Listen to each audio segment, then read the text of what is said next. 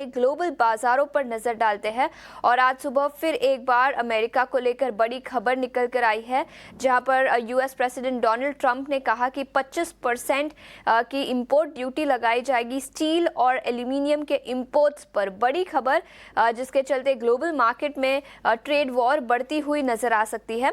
लेकिन सबसे पहले गिफ्ट निफ्टी की बात करें तो यहां पर कमजोर ओपनिंग के संकेत आज सुबह निकल कर आ रहे हैं। करीब 50 अंकों की गिरावट के साथ 23,570 के आसपास गिफ्ट निफ्टी कारोबार करता हुआ। एशियाई बाजारों से संकेत ठीक ठाक है। निकेई यानी जापानीज मार्केट और कॉस्पी यानी कोरियन मार्केट से तो सपाट ओपनिंग के ही संकेत निकल कर आ रहे हैं। लेकिन हैंगसेंग इंडेक्स यानी हांगकांग मार्केट की बात करें तो यहां पर आज सुबह 1% की तेजी दिखी है। अमेरिकी बाजार शुक्रवार को कैसे रहे उस पर एक बार नजर डाल लेते हैं। वहां पर कमजोरी दिखी। डाउ जोन्स 1% गिरकर बंद हुआ। S&P 500 में भी करीब 1% की गिरावट दिखी। वही नैस्डैक यानी टेक शेयरों में भारी बिकवाली हुई। 1.5% की गिरावट के साथ नैस्डैक बंद होता हुआ नजर आया। कल शाम को यानी आज सुबह हमारे इंडियन स्टैंडर्ड टाइम के हिसाब से अमेरिकी फ्यूचर्स की बात करें तो यहां पर हल्की तेजी दिखी। S&P 500 0.3% की तेजी के साथ ट्रेड करता हुआ। नैस्डैक 100 और डाउ जोन्स फ्यूचर्स में भी करीब 0.5% की तेजी आज सुबह निकल कर आई है।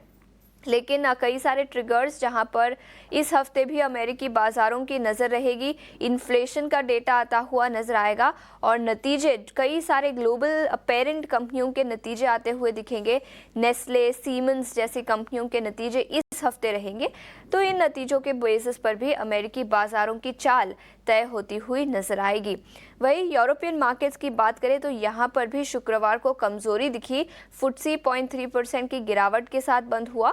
डैक्स और कैक में भी करीब 0.5% की गिरावट शुक्रवार के सत्र में दिखी।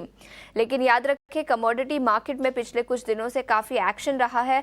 सोना ऑल टाइम हाई लेवल्स पर कारोबार करता हुआ और आज सुबह भी तेजी के संकेत सोने के बाजार से निकल कर आ रहे हैं। स्पॉट गोल्ड 0.2% की तेजी के साथ $2,870 पर आउंस के आसपास।